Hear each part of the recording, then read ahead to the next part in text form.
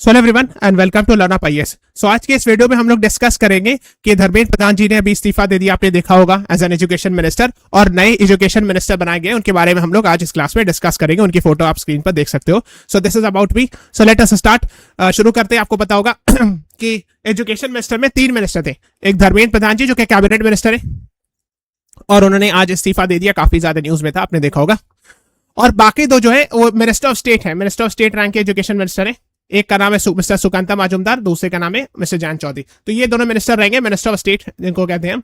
जो cabinet minister है mister Dharmendra Pradhan, उन्होंने इस्तीफा दे दिया है। Okay, that is what you should know. तो ये देख सकते हो, ये उन्होंने डिटेल में उसके बारे में लिखा है। अगर आप चाहो तो वीडियो पॉज करके इनका जो रेजिग्नेशन है, ओरिजिनल रेजिग्नेशन लेटर, उसके बाद फिर उन्होंने जो लोगों को एड्रेस किया वो आप पढ़ सकते हो, जिसमें वो बता रहे हैं कि मैंने रिजाइन कर दिया। ओके, नाउ अब देखते हैं, थोड़ा सा इनके बारे में डिस्कशन करते। जैसे आप देखोगे 7 जुलाई 2021 से लेकर 25 जुलाई 2026 तक एजुकेशन मिनिस्टर रहे थे। और इससे पहले वो minister of skill development entrepreneur भी रह चुके हैं, स्टील मिनिस्टर भी रह चुके हैं, okay, petroleum and natural gas minister भी रह चुके हैं। और मेंबर ऑफ पार्लियामेंट कहां से? संबलपुर, ओडिशा से। ये इंपॉर्टेंट है, ये पूछा जा सकता है एग्जाम में कहीं भी। ओके, इससे पहले वो राज्यसभा के एमपी भी रह चुके हैं, है ना, एमएलए भी रह चुके हैं ओडिशा से। ये सब आपको पता होना चाहिए। अभी ये पूछा जा सकता है कहां से लोकसभा एमपी है, सो संबलपुर, ओडिशा से।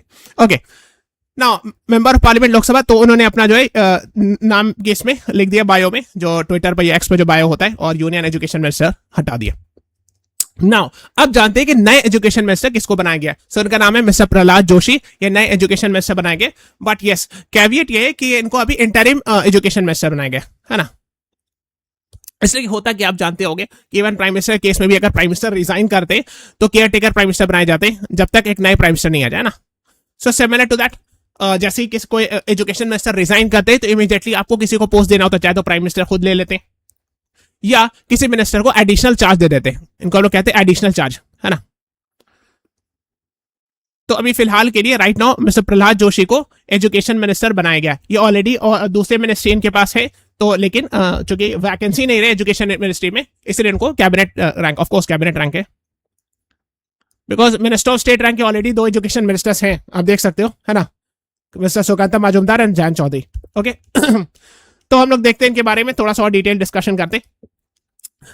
What did education minister Prahlad Joshi study, आप इनके बारे में पढ़ सकते हो कि वो बीए ग्रेजुएट हैं, 5 टाइम्स एमपी है ना, ये सब जानना चाहिए। तो इनके बारे में थोड़ा सा जानते हैं। अभी ये 25 जुलाई को एजुकेशन मिनिस्टर बनाएंगे, लेकिन उससे पहले वो union minister of consumer affairs, food and public distribution already हैं। ऑलरेडी इनके पास ये कैबिनेट मंत्रालय है ना, minister for consumer affairs, food and public distribution. इसके अलावा अगर आप देखोगे minister of new and renewable energy, ये इनकम्बेंट है जून 2024 से। इससे पहले वो कोल मिनिस्टर रह चुके हैं, लेकिन ये जो है minister of new renewable energy अभी करंटली है ना। इससे पहले वो माइंस में मिनिस्टर ऑफ माइंस रह चुके हैं। और वो मेंबर ऑफ पार्लियामेंट है लोकसभा, कहां से? धारवाड़, कर्नाटक से। धारवाड़, कर्नाटक से वो मेंबर ऑफ पार्लियामेंट है मिस्टर प्रहलाद जोशी। ये पता होना चाहिए, ये सब चीजें पूछते हैं, छोटी छोटी चीजें।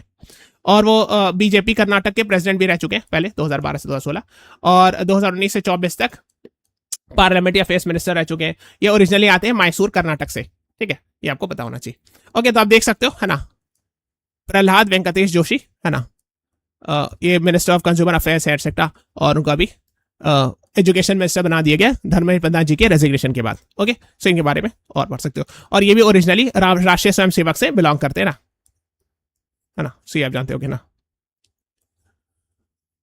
ओके, और कुछ चीज और भी जान सकते हो आप इनके बारे में, जैसे धर्मेंद्र प्रधान जी के बारे में कि ओरिजिनली ओडिशा स्टेट से आते हैं एटसेट्रा एंड ऑल, है ना, तो ये आप जानते होगे।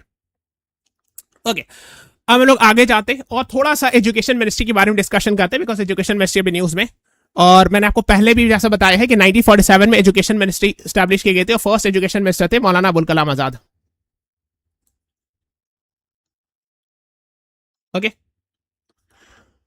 उसके बाद 1985 में मिनिस्ट्री का नाम चेंज कर दिया गया राजीव गांधी जी के द्वारा, और इसका नाम कर दिया गया ministry of human resource development. So ministry of education का नाम बदलकर ministry of human resource development कर दिया गया 1985 में, राजीव गांधी जी के टाइम।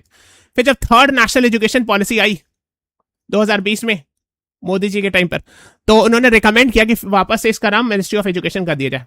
तो उसके बाद फिर से इसका नाम मिनिस्ट्री ऑफ एजुकेशन कर दिया गया। ओके, सो ये आपको पता होना चाहिए, ठीक है। तो आप देख सकते हो प्रहलाद जोशी जी को एडिशनल चार्ज दिया गया एजुकेशन मिनिस्ट्री का भी। ओके दूसरी चीज है कि मैंने आपको बताया कि फर्स्ट एजुकेशन मिनिस्टर थे मिस्टर मौलाना अबुल कलाम आजाद, उनके बर्थडे 11 नवंबर को पड़ता है, इसलिए 11 नवंबर को हम लोग नेशनल एजुकेशन डे भी सेलिब्रेट करते हैं। सो ये सब बेसिक चीजें आपको पता होनी चाहिए। ओके आप देख सकते हो है ना, ये दोनों मिनिस्टर ऑफ स्टेट सेम वही है, जयंत चौधरी और Sukanta Majumdar, mister Sukanta Majumdar and mister Jayant Chaudhary, ये दोनों हैं। प्रहलाद जोशी जी कैबिनेट रैंक में बनाए गए आफ्टर रेजिग्नेशन ऑफ किनके के बाद, धर्मेंद्र प्रधान जी के रेजिग्नेशन के बाद। ओके आगे चलते, तो ये कुछ कमीशन बनाए गए थे, जैसे एस राधा कृष्णन कमीशन बनाए गए थे आजादी के बाद, फिर लक्ष्मी मोदी अलायर कमीशन बनाए गए थे, है ना, डीएस कोठारी कमीशन वगैरह बनाए गए थे आजादी के बाद एजुकेशन से रिलेटेड।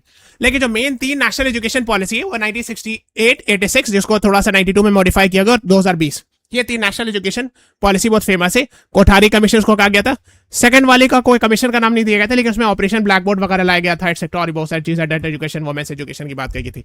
अभी जो थर्ड वाला सबसे इंपॉर्टेंट है, जिसने ministry of human resource development का नाम बदलकर मिनिस्ट्री ऑफ एजुकेशन कर दिया था।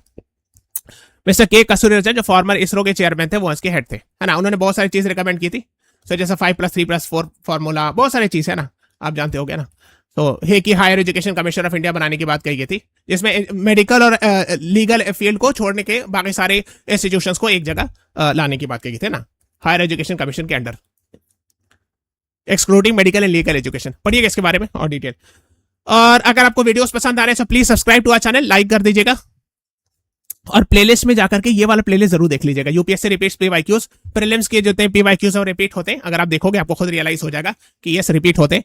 आप learnupies.com की वेबसाइट पे जाओ, और पीवाईक्यूज कोर्सेज अवेलेबल है इंग्लिश और इंग्लिश दोनों में, आप दोनों का डेमो वीडियो देख लो, अगर आपको पसंद आए go ahead. Okay so this is all about today's class, please subscribe to our channel. Thank you everyone, thanks for watching.